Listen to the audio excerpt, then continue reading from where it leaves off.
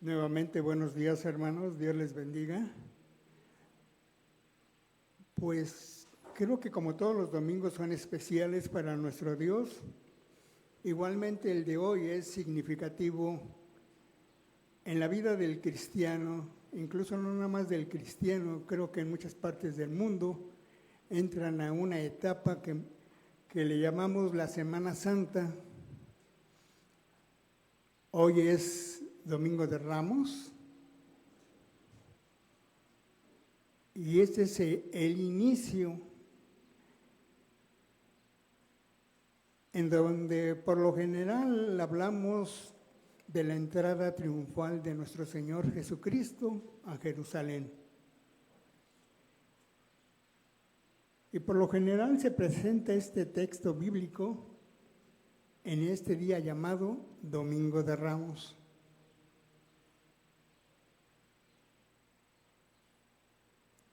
Y antes de continuar, apaguen sus celulares, hermanos, para poner atención de lo que quiere y nos quiere decir nuestro Señor.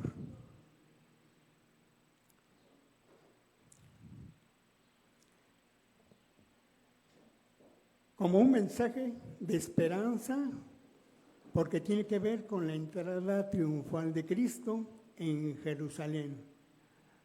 A pocos días de ser apresado, juzgado y crucificado. La historia de la entrada triunfal es uno de los pocos incidentes en la vida del Señor Jesús y que aparece en los 4 relatos de los evangelios, en los evangelios de Mateo, Marcos, Lucas y Juan. Y siguiendo la tradición vamos a leer Mateo 21 del 1 al 11.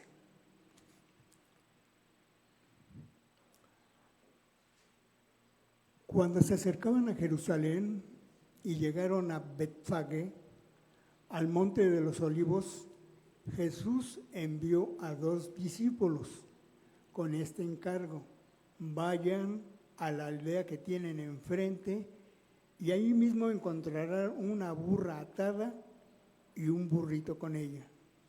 Desátenlos y tráiganmelos. Si alguien les dice algo, díganle que el Señor los necesita, pero que ya los devolveré. Esto sucedió para que se cumpliera lo dicho por el profeta. Digan a la hija de Sión: mira, tu rey viene hacia ti, humilde y montado en un burro, en un burrito. Cría de una bestia de carga. Los discípulos fueron y hicieron como les había mandado Jesús. Llevaron la burra y el burrito y pusieron encima sus mantos sobre las cuales se sentó Jesús. Había mucha gente que tendía sus mantos sobre el camino. Otros cortaban ramas de los árboles y las esparcían en el camino. Tanto la gente que iba delante de él como la que iba detrás gritaba: Hosana al Hijo de David, bendito el que viene en el nombre del Señor, Hosana en las alturas. Cuando Jesús entró en Jerusalén, toda la ciudad se conmovió. ¿Quién es este?, preguntaban. Este es el profeta Jesús de Nazaret de Galilea, contestaba la gente.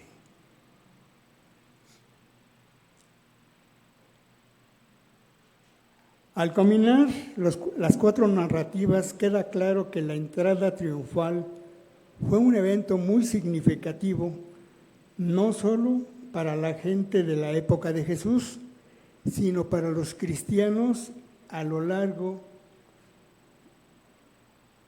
de nuestra vida y a lo largo de la historia.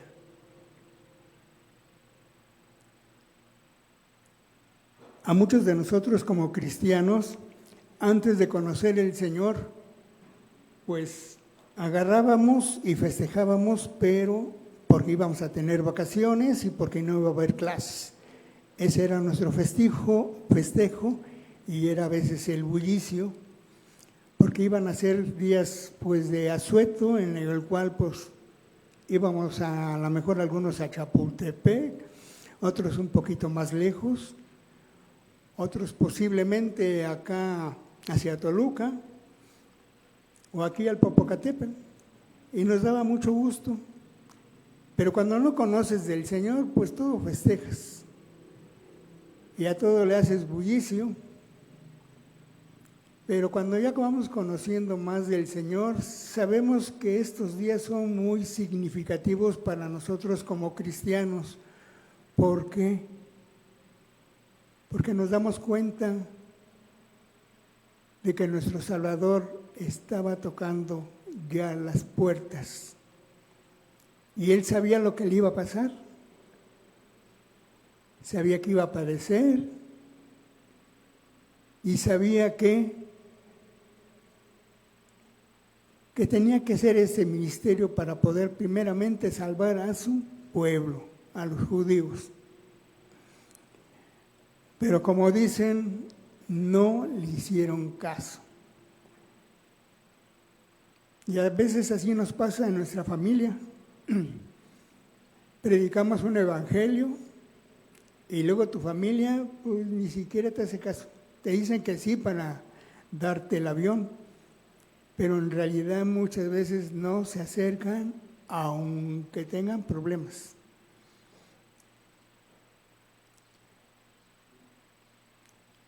Y hoy celebramos el Domingo de Ramos para recordar esta ocasión trascendental. Y Mateo 21:4 nos dice: esto sucedió para que se cumpliera lo dicho por el profeta. Digan a la hija de Sión: mira, tu rey viene hacia ti, humilde y montado en un burro, en un burrito, cría de una bestia de carga.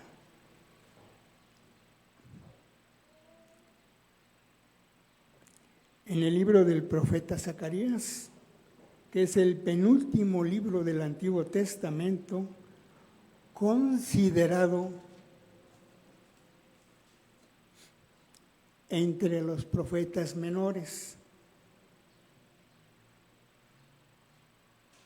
Los profetas se dividen en dos, en mayores y menores. Los primeros son aquellos que escribieron obras de muchas páginas y son solo 4. El profeta Isaías, Jeremías, Ezequiel y Daniel. En cambio, los menores son los que hicieron escritos con pocas páginas. Por eso Zacarías está entre los menores. Y después de este brevario vamos a continuar. Y hoy vamos a ver una profecía que fue escrita varios siglos antes de que se cumpliera. Es escrita en una época sombría de la vida de Israel, cuando Israel fue llevado cautivo y estuvo en cautividad durante muchos años. Israel regresa a Jerusalén y todo está destruido y tienen que volver a reconstruir la ciudad. Y en este ambiente de opresión y de tristeza, por toda la gloria que se había perdido, el profeta Zacarías ministra y escribe la profecía. Este es el contexto de este llamado a regocijarse. Es un contexto sombrío y es un contexto de tristeza. Yo creo que como humano, cuando tienes tantos contextos como este, sombrío, de opresión, de tristeza, de temor, creo que si te dicen alégrate, como que dirían, pues, me encantaría que estuvieras en mi lugar, ¿verdad? Porque la verdad, creo que es muy difícil regocijarse en eso. Cuando tenemos dolor es muy difícil tener alegría o tener ánimo. Pero cuando conocemos del Señor, Él es el que te va a dar ese ánimo y también esa alegría.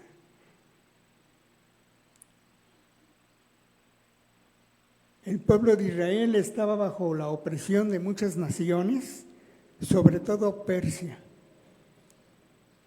que en su momento era el superpoder de esa época y que tenía señorío sobre Israel. Hay otras naciones que también quieren destruir y tomar posesión de ella. Y en ese ambiente de incertidumbre y de opresión repetida, Dios el Señor envía estas palabras de esperanza, de confianza, y les habla acerca de un ser maravilloso, que ha de venir y que va a arreglar las cosas y que va a poner todo en su lugar. Zacarías tiene una visión de la primera venida del Mesías a la tierra y el rechazo del pueblo hacia él. El título Mesías significa ungido, que es el Salvador o liberador de la humanidad, y también es un rey o un sumo sacerdote de Israel. Nosotros como cristianos, creemos que Jesús fue el Mesías que liberó a la humanidad del pecado original.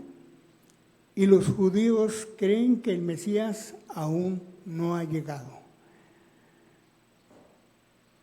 Así que muchos de nosotros creemos y aceptamos a nuestro Señor Jesucristo como nuestro Salvador y nuestro libertador de pecados, y que nos ha acercado a ese Dios, al Dios Padre, para tener una comunicación íntima con Él. De nuevo hay que recalcar que este mensaje fue escrito, y eso se sabe históricamente, fue escrito cientos de años antes de la venida del Señor Jesucristo. Así que, hermanos, ahora vamos a ir a ese pasaje, pero antes vamos a orar por este tiempo. Así que Dios Padre bendito, nuevamente damos gracias porque pones en el corazón de cada uno de tus hijos, Señor, a venir a aprender de tu palabra, Señor. A conocer más el contexto, el por qué tú mandases a tu Hijo como Salvador, para que pudiera librarnos del pecado, de las cadenas del pecado, Señor, fuéramos libres y así tener esa libertad, Señor, de acercarnos a ti, poderte alabar y adorar, a darte la gloria, Padre. Gracias por ese sacrificio hecho por tu Hijo, Señor. Gracias por haber mandado a ese Rey, a ese Señor de señores, al camino a la vida.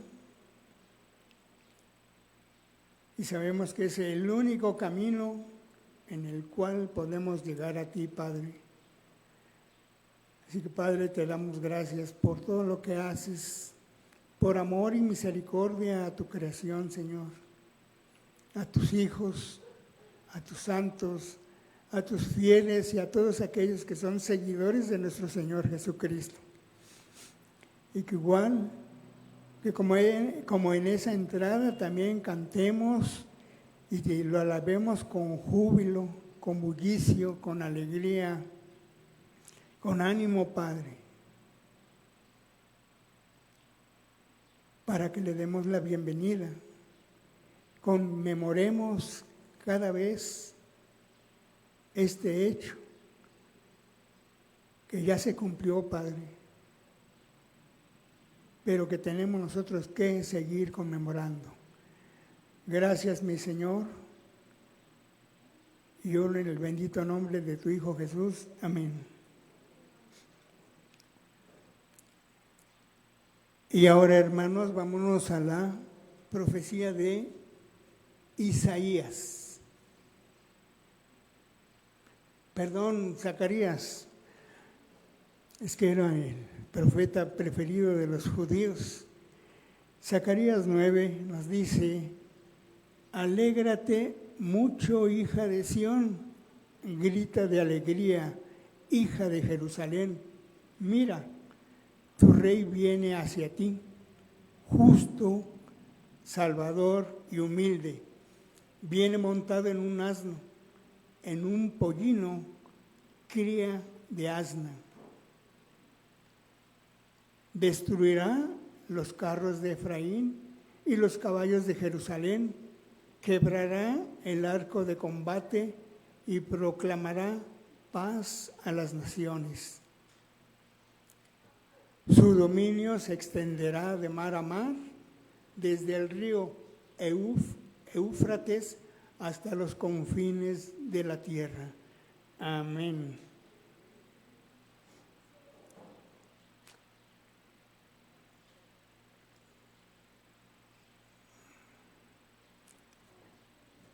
Alégrate mucho, hija de Sión, grita de alegría, hija de Jerusalén.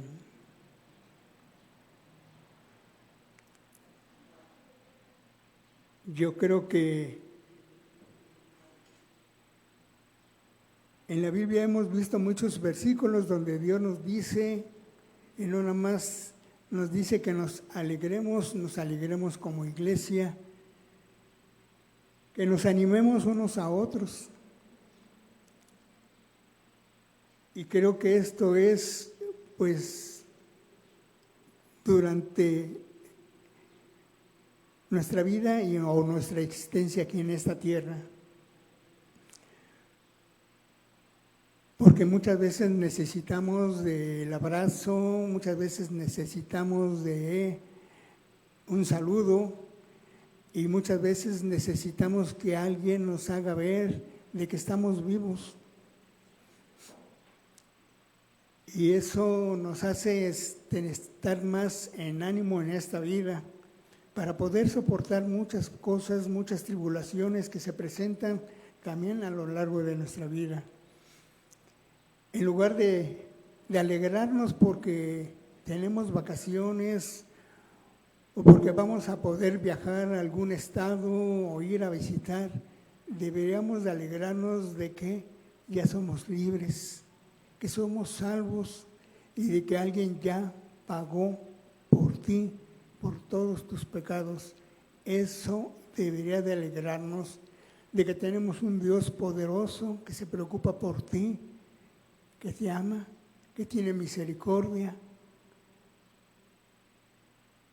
que te da sabiduría y conocimiento para que tengas una vida más placentera, que te mandó a su Hijo para que tú tuvieras esa vida, para que el día de mañana, en el juicio del Señor, nosotros igualmente podamos alabar con esa alegría a nuestro Dios en esa cena, en las bodas del Cordero.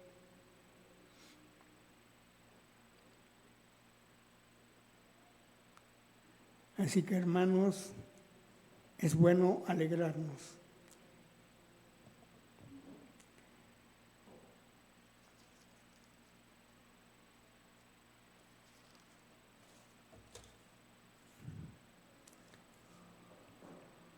Nos dice: mira, tu rey viene hacia ti, justo, salvador y humilde. Practicar la justicia es lo que demanda el Señor. No solo practicar la justicia, sino amar la misericordia y andar en la humildad con Dios. Sería bonito leer palabras que hablen de practicar la misericordia y amar la justicia, pero aquí el asunto es al revés. Dios nos llama a practicar la justicia y amar la misericordia. A nosotros los seres humanos nos gusta mucho definir términos como la justicia.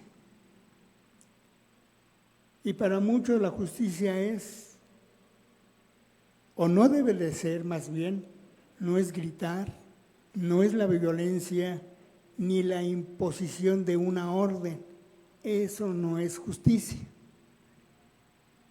Estas acciones representan la justicia más bien de películas, pero no representan en realidad la justicia de Dios. Como seres humanos somos impacientes, queremos que Dios traiga y haga justicia ahora y en este momento. Muchas veces pedimos cosas que la verdad creo que tú como ser humano no puedes hacer. Dios lo puede hacer, pero no va a ser cuando tú quieras, sino cuando el Señor crea conveniente y de acuerdo a su voluntad. Y esto me acuerdo de que hay muchos videos en donde nos dicen que hay un karma, ¿no? Alguien hace algo e inmediatamente le pasa algo, ¿sí? Y muchas veces muchos dicen, es que es justicia de Dios. Pues yo no sé si sea justicia de Dios, pero lo que yo sí sé es que Dios sí es justo.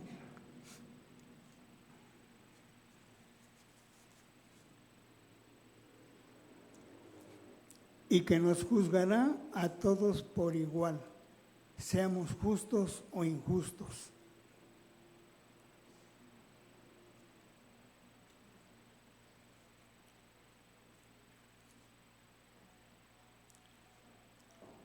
Porque nos dice que de esta manera Dios sería el responsable y no nosotros. Pero ¿qué tipo de justicia realizaremos? Dios nos llama a traer justicia a los enfermos, a los necesitados, a los huérfanos, a las viudas y a aquellos que no tienen en dónde vivir. Todos sabemos que en esta sociedad muchas veces los ricos definen y controlan lo que llamamos justicia. Esto muchas veces lo vemos cuando hay un incidente o hay un accidente y estamos ante el Ministerio Público. Cuando hay dinero de por medio, cambian la versión y en lugar de ser inocente resulta que tú eres el culpable. Pero en medio de eso hubo dinero para cambiar el argumento y hacerte a ti culpable de algo que tú no fuiste. Es por eso que es importante ser justo y no nada más enjuiciar a la gente por su apariencia. Pero los poderosos y los ricos no pueden controlar la justicia de Dios. La justicia de Dios viene a los justos, a los necesitados y a los débiles.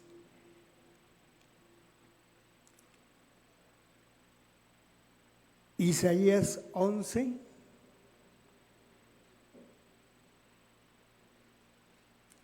del 1 al 5. Del tronco de Isaí brotará un retoño, un vástago nacerá de sus raíces. El espíritu del Señor reposará sobre él, espíritu de sabiduría y de entendimiento, espíritu de consejo y de poder, espíritu de conocimiento y de temor del Señor. Él se deleitará en el temor del Señor, no juzgará según las apariencias, ni decidirá por lo que oiga decir, sino que juzgará con justicia a los desvalidos y dará un fallo justo en favor de los pobres de la tierra. Destruirá la tierra con la vara de su boca, matará al malvado con el aliento de sus labios, la justicia será el cinto de sus lomos y la fidelidad el ceñidor de su cintura. Amén.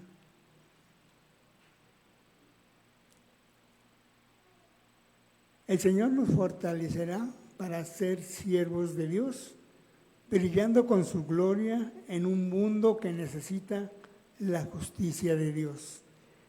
Ser humilde es reconocer con agradecimiento nuestra dependencia del Señor y comprender que tenemos la necesidad constante de recibir su apoyo.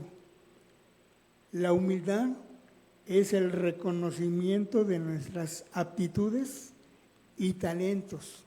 Son dones de Dios, no es señal de debilidad, de timidez ni de temor.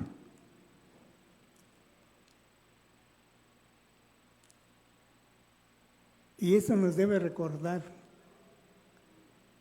que tenemos el Espíritu Santo del Señor, que es el que nos da esto. Valentía, porque no es un espíritu de timidez, sino de valentía. Y eso nos permite ser fuertes, ser valientes e ir hacia adelante. Son una indicación de que sabemos de dónde proviene nuestra verdadera fortaleza.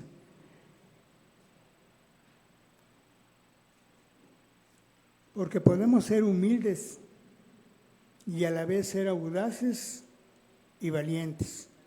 Así como decía el comercial, como Pancho Pantera, ¿verdad? El Chocomil, fuerte, grande y valiente. Bueno, pues cíñete del Señor y vas a ver.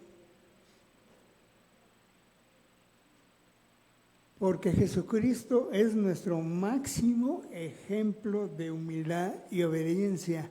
Y eso lo vimos hace poquito en Filipenses, ¿verdad? Nuestro Señor fue exaltado por su humildad y por ser obediente.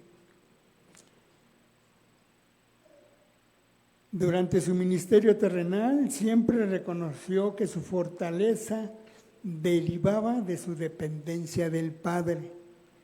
Él dijo, no puedo yo hacer nada por mí mismo. No busco mi voluntad, sino la voluntad del Padre que me envió. Amén.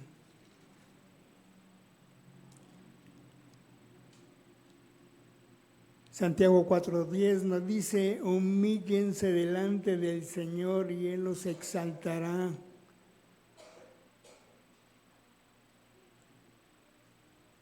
Así que, hermanos, hay que ser humildes, no hay que ser soberbios, no hay que ser orgullosos, porque no es nada agradable para Dios. Dios quiere que se humillen.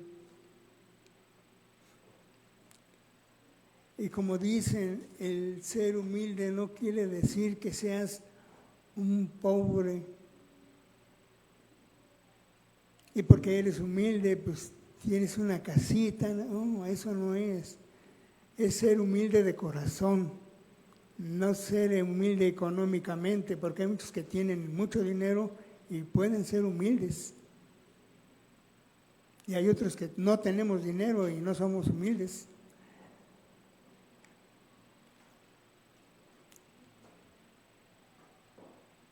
Y continúo con el 9:9 de Zacarías.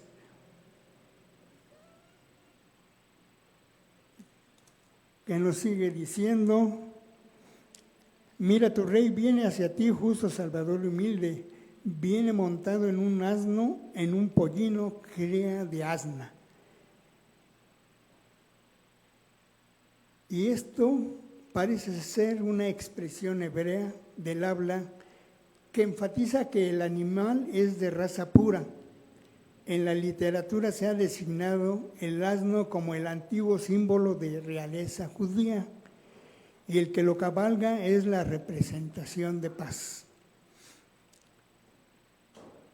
La mayoría de reyes en aquella época llegaban en caballos briosos, corceles, y muchos incluso hasta venían de Egipto porque dicen que los caballos árabes son los de pura sangre.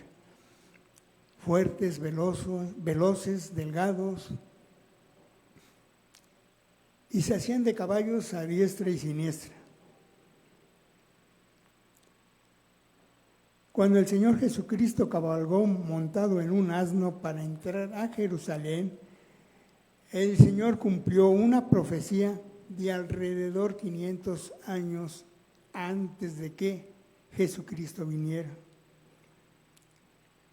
En los tiempos del Nuevo Testamento, el pueblo judío esperaba solamente un libertador que los librara del poder romano y que les diera una mayor prosperidad. Eso era lo que esperaba el pueblo judío, que llegara ese libertador. Pero me imagino cuando nuestro Señor Jesucristo llegó en un burrito, a muchos los habrá decepcionado, porque esperaba que llegara en un corcel y a lo mejor seguido de un ejército igualmente grande y poderoso, pero no. Llegó el Señor montado en un asnito y atrás de él sus seguidores.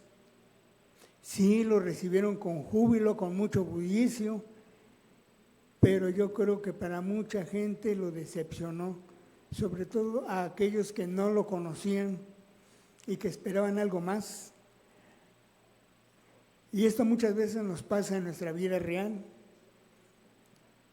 Le vamos a dar la bienvenida a alguien que nos dicen que es importante y ahí vamos a hacer bulla y estamos esperando. Y cuando lo vemos es un chaparrito insignificante, decimos, ¿y este es el campeón? Se decepcionan y la verdad, así muchos judíos pensaron y se decepcionaron, porque independientemente no habían conocido al Señor.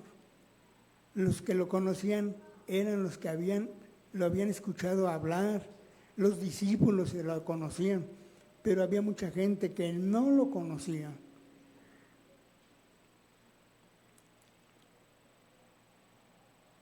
Muchos judíos lo aclamaron como un Mesías o un liberador político, pero no necesariamente como el Mesías que les traería salvación eterna. Muchos esperaban que los liberara de Roma, porque estaban oprimidos por los romanos. Esos romanos eran muy demandantes con el pueblo judío. Y es evidente que la ocasión no fue un suceso imprevisto o fortuito, que el Señor aprovechó sin ninguna intención preconcebida. El Señor sabía de antemano lo que iba a ocurrir y lo que Él iba a hacer.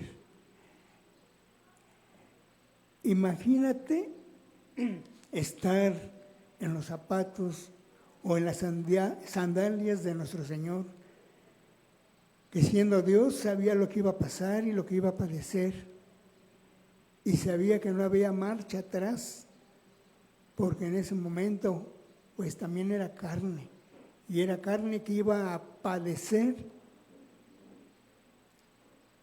ese viernes y ese sábado en la cruz. Yo creo que si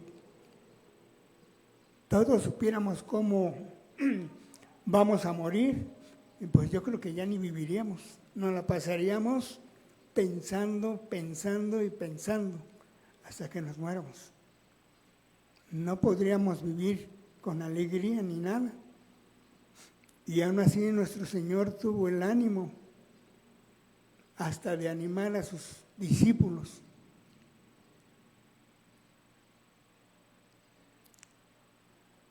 Y yo creo que ese ejemplo de nuestro Señor de saber todo lo que le iba a suceder, pues no es nadita fácil, aún sabiendo que Él era Dios.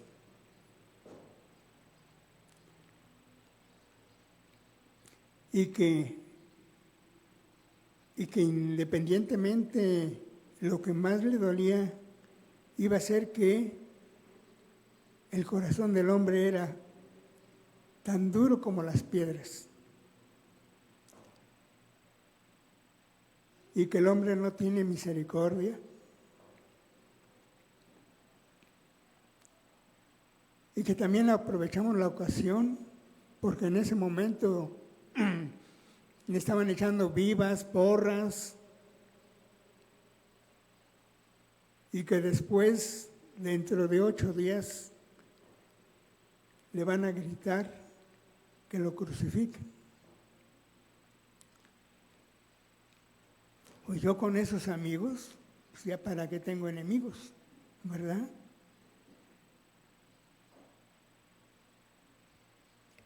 Y yo creo que eso le dolía más al Señor, mucho más de lo que él iba a padecer.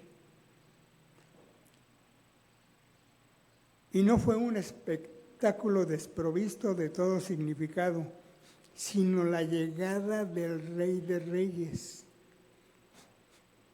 Llegó montado en un asno como símbolo de paz, no sobre un corcel con coraza de guerra, al compás de clarines y trompetas. Los reyes en su momento así lo recibían. Se acercaba el pueblo y festejaban, comían, les echaban vivas, burras, porras. Es un honor andar con este rey.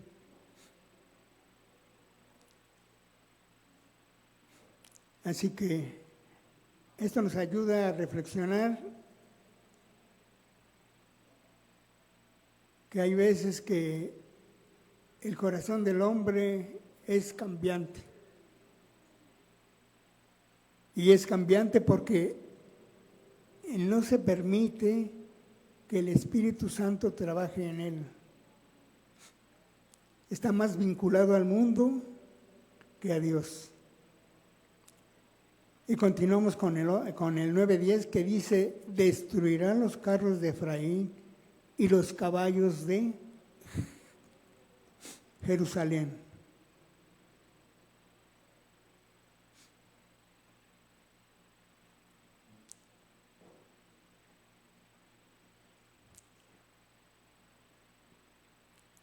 Vemos en Deuteronomio 17:16 que Dios había prohibido, había hecho un mandato y nos dice que el rey no deberá adquirir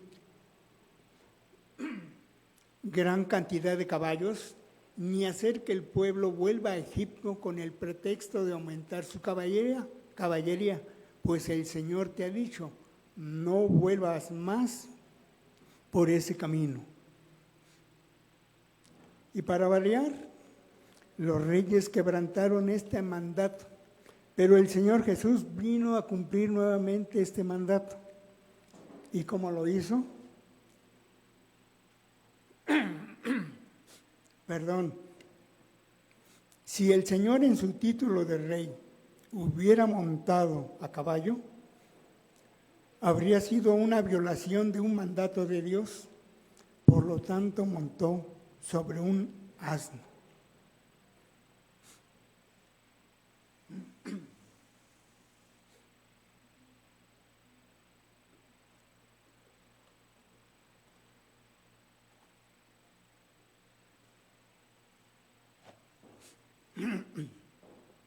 Así que vemos que el Señor Jesús sigue siendo nuestro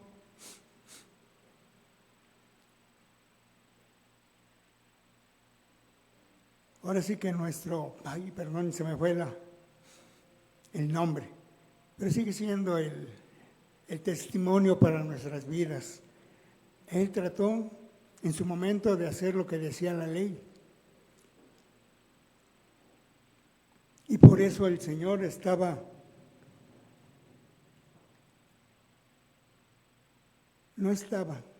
fue y estuvo entre los hombres para demostrarle que con esa ley sí se podía. pero al ver que somos débiles de carne, pues el Señor en cierta forma no hizo una revolución, pero sí animó y exhortó a muchísimos judíos que necesitaban mucho de Dios, los acercó.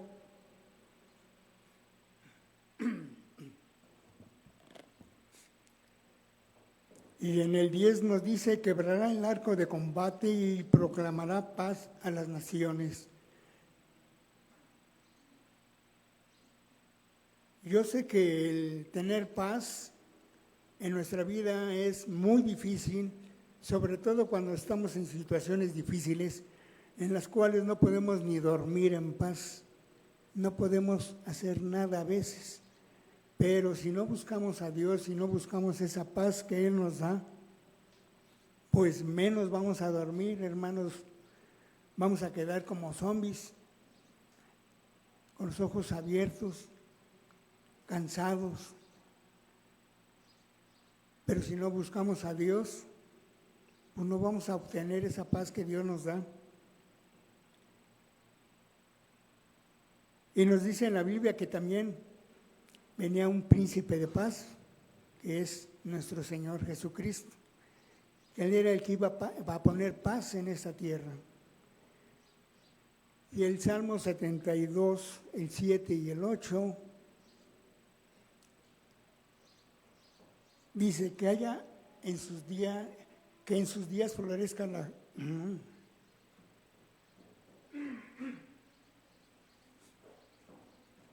Es que me dio mucho frío en la noche, hermanos, perdón. Que en sus días florezca la justicia y que haya gran prosperidad hasta que la luna deje de existir, que domine el rey de mar a mar, desde el río Éufrates hasta los confines de la tierra.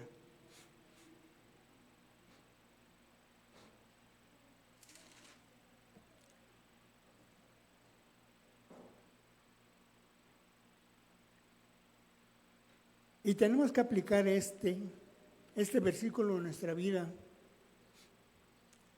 Pero primeramente debemos buscar maneras en que podamos contribuir a la construcción de la justicia y la paz en nuestro entorno. Y muchas veces lo vemos primeramente con nuestra familia. Hay familias disfuncionales en donde no hay paz, no hay justicia. El papá posiblemente consienta al hijo o a la hija y a lo mejor a uno le carga más las cosas que al otro y como que no hay justicia y eso no permite que haya una paz entre la familia. Es importante que nosotros la practiquemos y contribuyamos a formar esa paz entre nuestra familia para que no haya discordia. Y que muchas veces las familias se separan, ¿por qué? Porque pues no se sienten bien en su casa y buscan por otro lado a alguien que los consuele. Cuando llegamos a ese equilibrio de tener paz y justicia en nuestra casa o en nuestro hogar, todo va a ir bien, pero también siempre y cuando pongamos a nuestro Dios por delante, porque Él es el que nos va a dar esa paz, como dicen que el mundo no puede dar.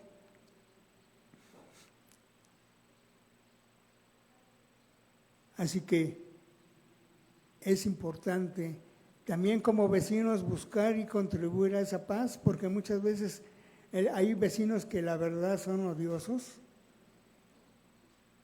por su música, por el ruido que hacen, y nosotros andamos buscando una paz para poder dormir o poder reflexionar, pero el vecino, si no es el perro, son los amigos, es la moto, o que ya están tomando a las 10, 11, hasta 3, 5 de la mañana con música, y no del cielo, sino de más abajo. Y la verdad, hijo, cuando tú trabajas y te tienes que levantar muy temprano, pues la verdad sí, es un martirio. Pero ¿qué debemos de hacer? Pues a lo mejor llegar, platicar con ellos y decirles, pues invítame, ¿no? No, hermano, no.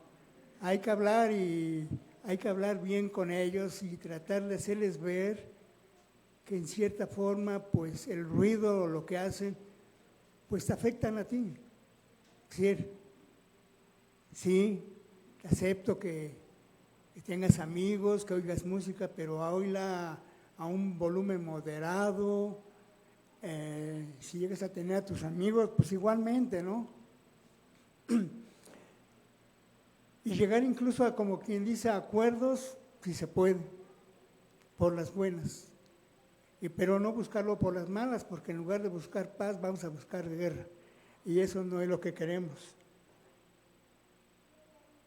Igualmente en el trabajo es importante contribuir a esto con los compañeros, porque sabemos que también hay compañeros que son requete bonitos, ¿verdad?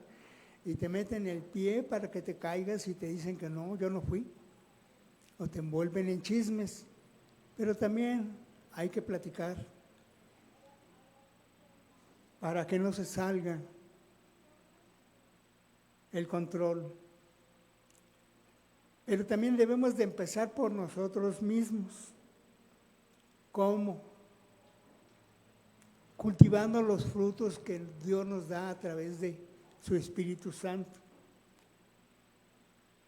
como la paciencia, primeramente, el amor, la honestidad, la tolerancia,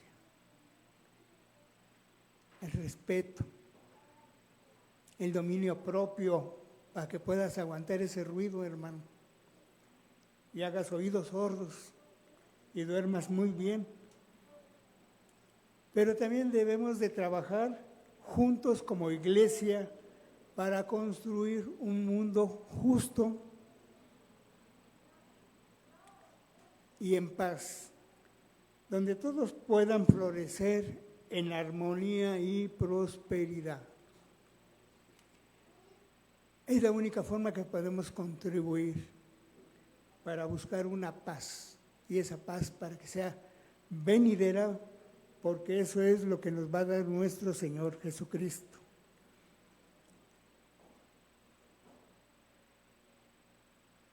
En Hechos 10:36 nos dice, Dios envió su mensaje al pueblo de Israel, anunciando las buenas nuevas de la paz por medio de Jesucristo, que es el Señor de todos. Amén.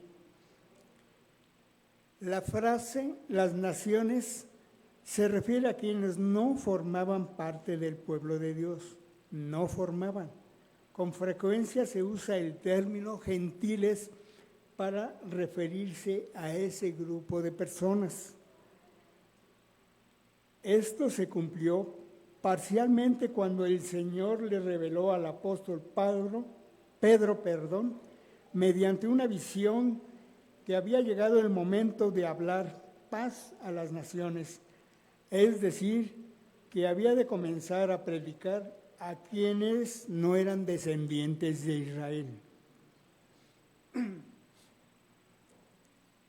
Me gusta esta parte del libro, Hechos 10, en donde nos habla de un centurión llamado Cornelio, ¿verdad?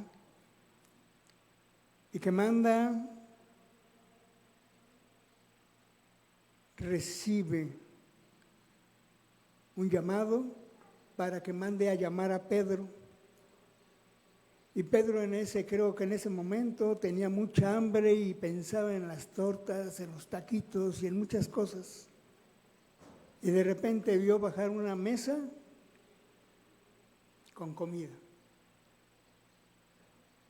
Pero cuando ve que lo que era él, dice que él no podía comer eso, que era impuro. Pero hay que recordar que Pedro en ese momento, pues igualmente era un judío, en el cual la ley le prohibía comer ciertas cosas. Y allí el Señor le dijo que la comida no es impura. Y llegan a la puerta de Pedro y se lo llevan porque el centurión quería que Pedro hablara. Pero Pedro lo siguen unos, le dicen de los circuncisos, lo acompañan y el centurión junta a toda su familia, criados, sirvientes, etcétera, etcétera, para que Pedro hablara, pero del Evangelio de nuestro Señor Jesucristo. Y es por eso que el Señor lo manda, y no nada más a los judíos, sino también a los gentiles o inconversos, porque el Evangelio es para todas las naciones y no nada más es exclusivo para unos cuantos. Por eso es importante que cuando hablemos a todas las personas de nuestro Señor Jesucristo y de su obra salvadora.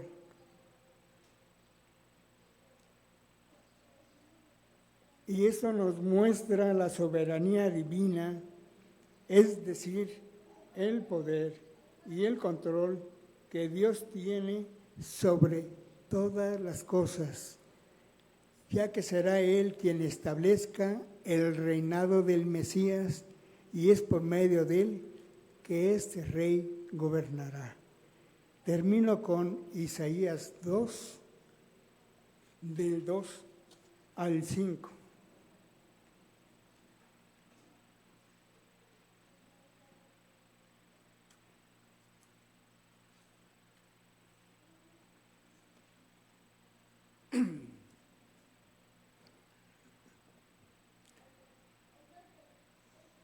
Isaías 2:5 dice: en los últimos días el monte de la casa del Señor será establecido, como el más alto de los montes, se alzará por encima de las colinas, y hacia él confluirán todas las naciones. Muchos pueblos vendrán y dirán: vengan, subamos al monte del Señor, a la casa del Dios de Jacob, para que nos enseñe sus caminos y andemos por sus sendas, porque de Sión saldrá la enseñanza, de Jerusalén la palabra del Señor. Él juzgará entre las naciones y será árbitro de muchos pueblos. Convertirán sus espadas en arados y sus lanzas en hoces. No levantará espada nación contra nación, y nunca más se adiestrarán para la guerra. Ven, pueblo de Jacob, y caminemos a la luz del Señor. Amén.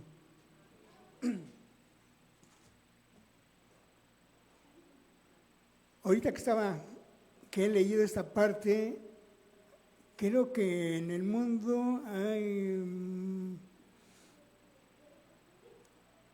mucha tribulación, sobre todo porque Rusia y Ucrania, pues todavía siguen en guerra.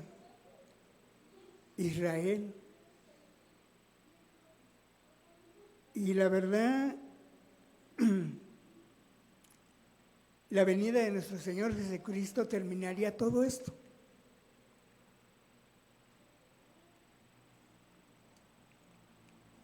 Y al terminar todo esto vendría esa nueva tierra, esos nuevos cielos, todo nuevo, hasta nosotros nuevecitos, recién desempacados. Y eso yo creo que nos debe de animar, que el día de mañana vamos a estrenar una tierra nueva. Ante un rey, ante un Dios todopoderoso.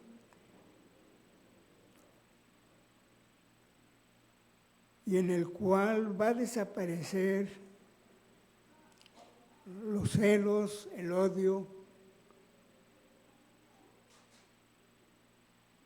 y que va a prevalecer el amor a Dios, el amor a tu prójimo, el amor a ti mismo, y eso es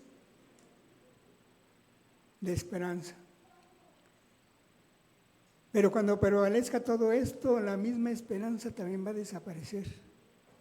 Lo que va a prevalecer es eso que tanto cantan, amor eterno. pero es el amor de Dios a su creación. No es el amor condicionado, sino el amor incondicional que tiene nuestro Señor hacia su creación, hacia el hombre, que para eso el Señor lo hizo con amor. Pues hermanos, Dios les bendiga, gracias a Dios, gracias a ustedes por escuchar, y voy a orar para dar por terminado este Domingo de Ramos, esta entrada de nuestro Señor, en el cual inicia la Semana Santa y la vamos a terminar hasta el próximo domingo, domingo de resurrección. Gracias, y voy a orar. Dios Padre bendito, gracias Padre por tu palabra, gracias Dios por tu profecía, gracias Señor por el cumplimiento de esta profecía que ya fue llevado a cabo. Gracias a ti, Señor, por tu Hijo, nuestro Salvador, el cual ya nos liberó del pecado, Señor. Te damos gracias por nuestra vida, Señor. Y porque sabemos que la próxima promesa va a ser esa tierra nueva que tú nos vas a dar. Gracias, Padre, porque tú nos pones en nuestro corazón el tener esos frutos, Señor, para hacerlos crecer, igualmente ser justos y humildes y también obedientes, Padre, a tu palabra, a tus mandamientos, para que nuestra vida en este mundo valga la pena, para que podamos atraer más gente hacia ti, Señor, a través de nuestro testimonio. Así que, Señor, síganos dando sabiduría y conocimiento para que podamos conocerte más y más. Gracias nuevamente, Señor, por tu iglesia y por mis hermanos. Y oro en el bendito nombre de tu Hijo Jesús. Amén.